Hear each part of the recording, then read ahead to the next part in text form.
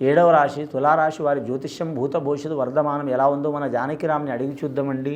చూడు జానకిరామ్ ఈ శ్రావణ మాసం ఆగస్టు నెల 1వ తేదీ నుంచి 31వ తేదీ వరకు ద్వాదశ రాశులు తులారాశి వారి జాతకం, ప్రయత్న, శాస్త్రం, అనుకున్న పని, చేసే పని, చదువు, విద్య, ఉద్యోగం, ఆరోగ్యం, సంసారం, సంతానం, కుటుంబ బలం, ఆరోగ్య బలంది ఎలా ఉంది, విద్య బలంది, కుటుంబ బలంది, సంతాన బలంది, సంసార బలంది, కుటుంబ బలంది, ధన బలంది, రాజకీయ రంగంది, కళారంగంది, ఉద్యోగ రంగంది, అలాగే సంతాన విషయంది, సంసార విషయంది, కుటుంబ విషయంది, తరించిన కార్యంది, కళ్యాణం సంబంధించిన విషయంది చూడు జానకిరామ్.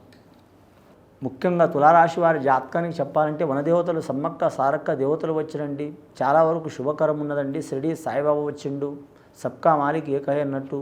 మరి జాతక బలానికి ముఖ్యంగా ఈ రాశి వారి జాతకంలో చూడాలంటే మాత్రం ఆదాయం వారి జాతకానికి 8 రూపాయలు ఉంటుందండి, ఖర్చు 11 రూపాయలు ఉంటుంది. సాయం చేసేవారు మాత్రం నలుగురు ఉంటే వారి మీద ఏడ్చేవారు 8 మంది ఉంటారండి. నరఘోష అధికంగా ఉంటుంది తులారాశి వారి జాతక బలానికి. ఈ తులారాశి వారి జాతకానికి తలించిన కార్యం నెరవేరే అవకాశం ఉన్నదండి. వీరి పేరు మీద విపరీతమైన నరఘోష ఉన్నవాడు కూడా వీరికి ఆత్మవిశ్వాసం చాలా ఉంటుంది. అలాగే అహంభావం అనుకోవచ్చు, వేరే వాళ్ళు పొగరు అనుకోవచ్చు, కానీ ఆత్మవిశ్వాసం చాలా ఉంటుంది. 100 మంది వీరు ఒక్కరిని వంచాలనే ఆలోచనలో ఉంటారు, కానీ అయినా సరే మొండి ధైర్యంతో నడిచే అవకాశం ఉంది, అనుకున్నది సాధించే అవకాశం ఉంది. కానీ మాత్రం తెగించిన వారికి తెడ్డేలింగం అన్నట్టు వీరికి తిరుగు ఉండదు. దశమి తిథి కావచ్చు, అలాగే అమావాస్య తిథి కావచ్చు. అమావాస్య తిథికి చాలామంది అమావాస్యని భయపడతారు, కానీ అమ్మవారికి పూజ చేయడం చాలా వరకు మంచిదండి. ఏ అమ్మవారికి పూజ చేసినా శుభకరం ఉంటుంది. ఈ శ్రావణ మాసం అధికమైన యోగబలం కలిసొచ్చే అవకాశం ఉంటుంది.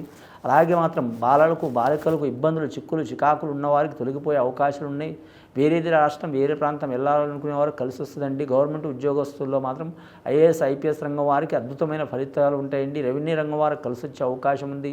ఈ శ్రావణ మాసంలో మాత్రం 6 శుక్రవారాలు ఉన్నాయి కాబట్టి శుక్రవారం నియమం పాటించడం స్త్రీలకు అధికమైన ప్రాధాన్యత ఉంటుందండి. అలాగే వివాహం కాని కన్యలకు కలిసి వచ్చే అవకాశం ఉంటుందండి. వివాహమైన వారికి సంతానం కొరకు కలిసి వచ్చే అవకాశం ఉంటుందండి. అలాగే కుటుంబ అభివృద్ధి కోసం ప్రయత్నం చేసిన వారు కలిసి వచ్చే అవకాశం ఉంటుందండి.